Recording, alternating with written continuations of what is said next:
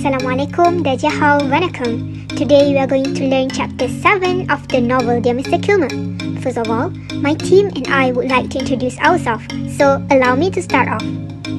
Hi, my name is Farisha Dania and I am the leader of the group. I will be the voiceover for the character Gus Knight and the narrator for scene 1. Hi, my name is Shaubagyawati and I'll be the voiceover for the character Hannah Schermer and the narrator for scene 2.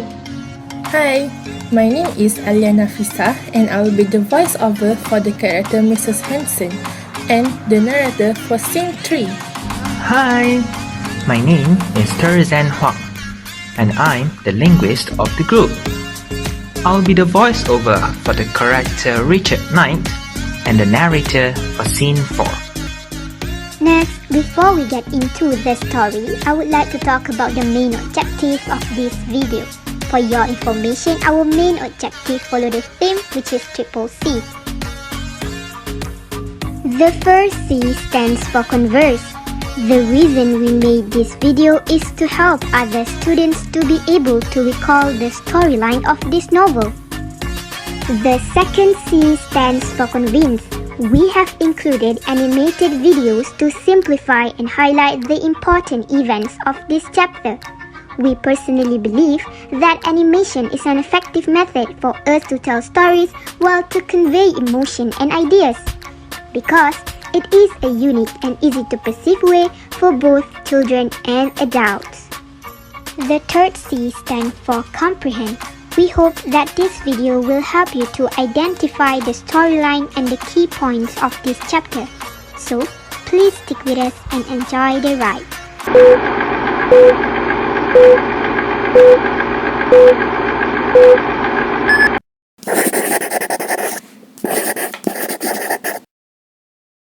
The next day, after Richard and Hannah won the roles of Lady Liberty and the Doughboy, Richard discovered that his worst fear materialized. Kids in all grades were buzzing about Mrs. Hansen's choice of Hannah Schermer for Lady Liberty. It seemed that everyone was angry about it. Richard saw a group of frowning parents going into the principal's office. He heard that they had come to demand that Mrs. Hansen chose somebody else for the role. How can that Hun be chosen as Lady Liberty? We want Mrs. Hansen to get someone else to replace her.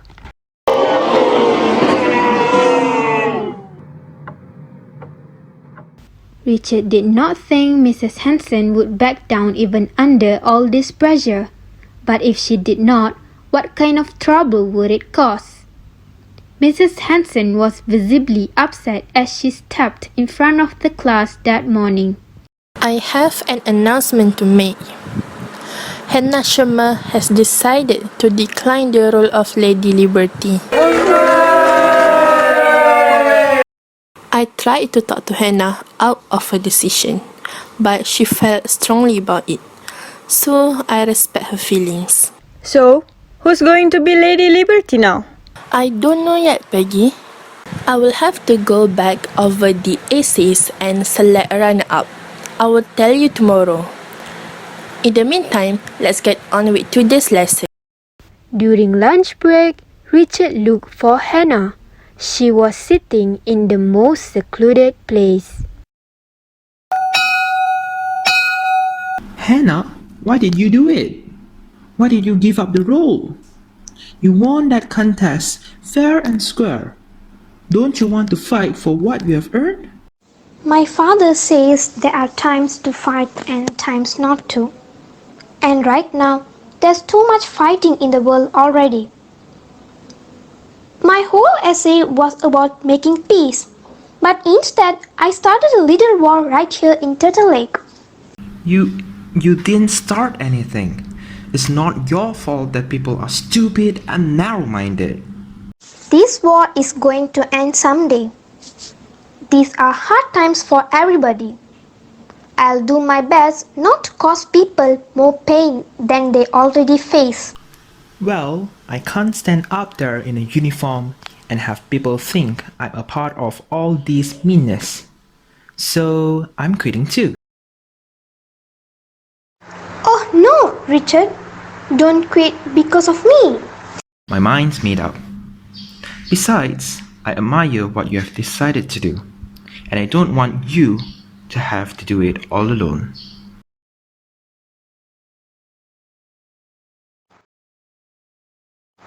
Oh, Richie, I don't think I've ever felt less alone since I've lived in Turtle Lake. At the end of the school day, Richard went straight to Mrs. Hanson's room. Hannah insisted on coming with him. When Richard told Mrs. Hanson that he was turning down the part of the doughboy, Mrs. Hanson shook her head. Well, I must say that you two really amaze me. If I've ever had students who deserve to enjoy the limelight, it's you. I've got a half a mind to cancel the whole pageant. Oh, you mustn't do that, Mrs. Hanson. Think of the Liberty Bonds. That's right. This is still a great chance for the class to help the war effort. Of course, you're right. I just hadn't realized what I was getting into when I planned this whole thing. And Richard, I will talk to the principal about your letter writing program. Thanks, Mrs. Hanson. Just yesterday, I came close to being ashamed of being an American. But today, I feel a whole lot better. Thanks to you too. That afternoon, Richard walked Hannah home. They talked and laughed all the way. Richard could not remember feeling lighter and happier in his life, even though he knew there was still trouble in store because of his decision. He had made Hannah feel a whole lot better, and that made him feel wonderful.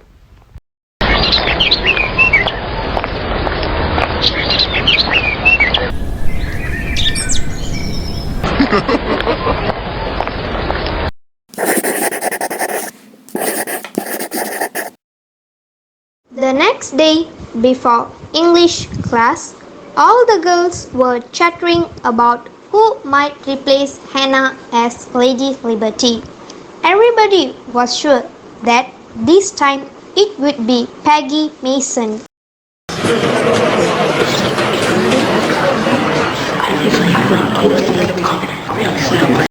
Richard had refused to act the role of the doughboy, and I've chosen the replacements for Hannah and Richard. The new Miss Liberty would be our Millie Rice, and the new doughboy was Herbie Wilczynski.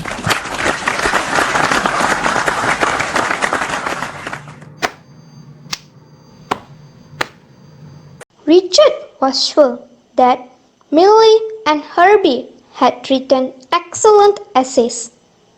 Mrs. Hanson had not compromised and turned the whole thing into a popularity contest. Fairness had won out after all. As morning classes went on, Richard had to endure even more insults than when he had signed the card.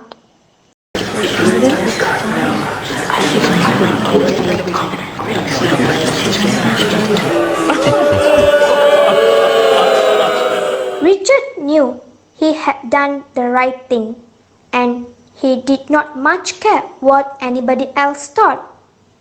During lunch break, Hannah invited Richard to her house for supper that night. I asked my parents, and they said they'd be delighted to have you. Oh, please say yes, Richie. Mama will fix such a wonderful meal.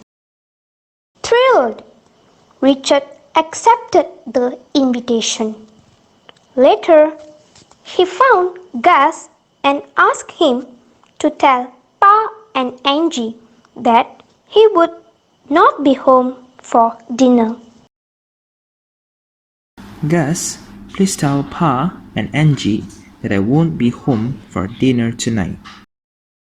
That's fine with me, small fry, but if I were you, I wouldn't come home at all.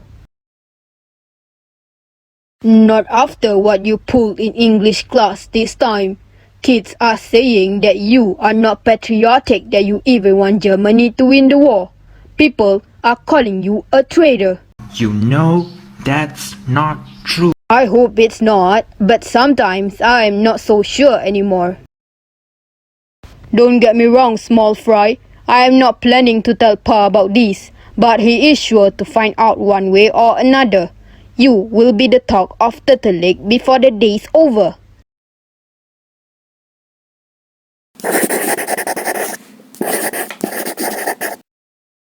Richard went dejectedly on to his next class. Why did some choices have to be so hard?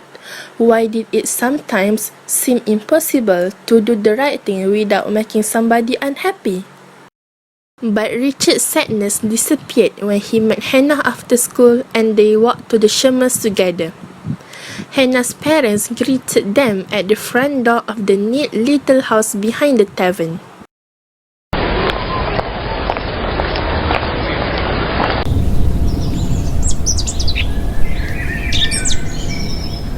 Hannah's father and mother introduced themselves to Richard, shaking his hand warmly. Johann Schermer certainly looked the cheerful optimist. He was a big-boned, somewhat beefy man. Under his walrus-like moustache was a wide, warm smile. Richard was struck by how much Frida Schermer looked like her daughter. She was tall and slender with thick blonde braids across the top of her head.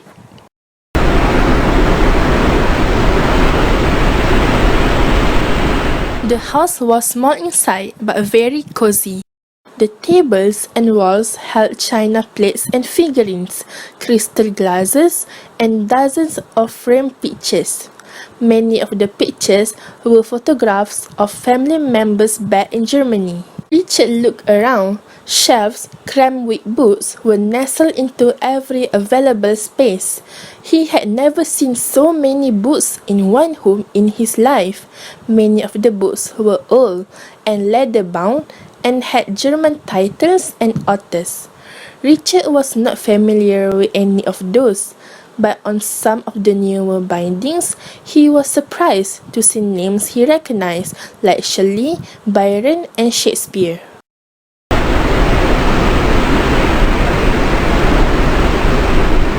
Huh? You like Herr Shakespeare, yeah?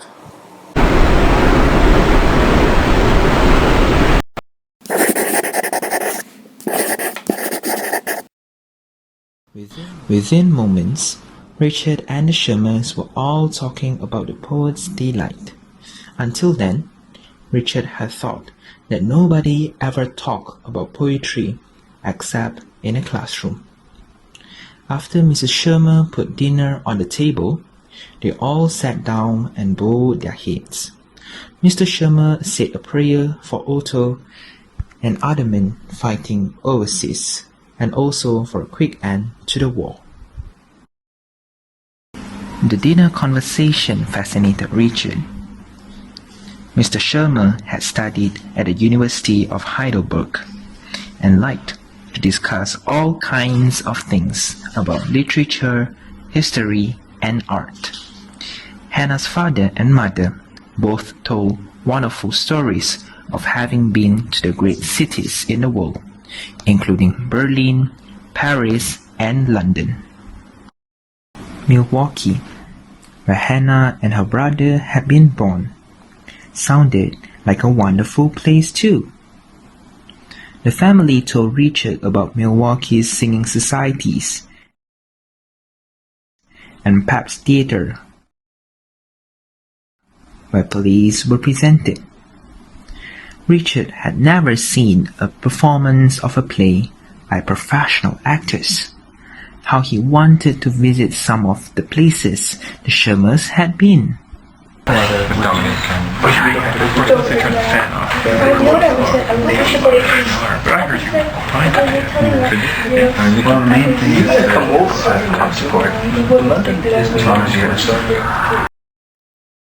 After a dessert of delicious pastry, Richard and the Schermers retired to the small parlor.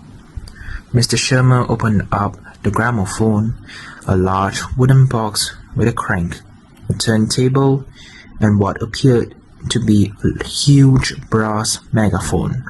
He put a black disc on the turntable and cranked up the machine. Suddenly, the parlor was filled with sound. Amid hisses and scratches, Richard heard music. Mr. Schermer told him that it was a slow movement from a Beethoven symphony. Richard was enchanted.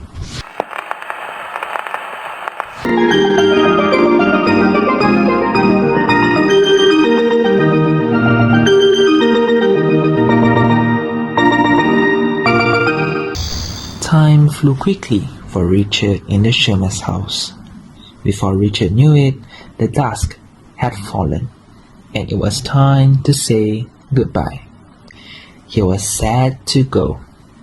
All the same, he was thrilled when Mr. and Mrs. Schermer told him that he would always be a welcome guest.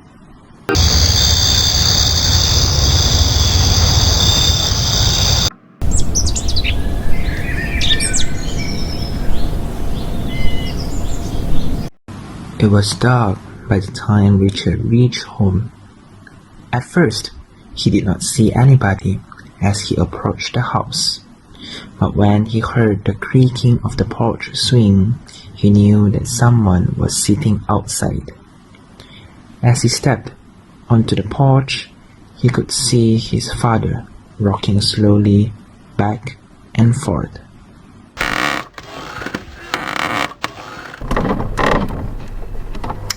Richard, we have got to talk.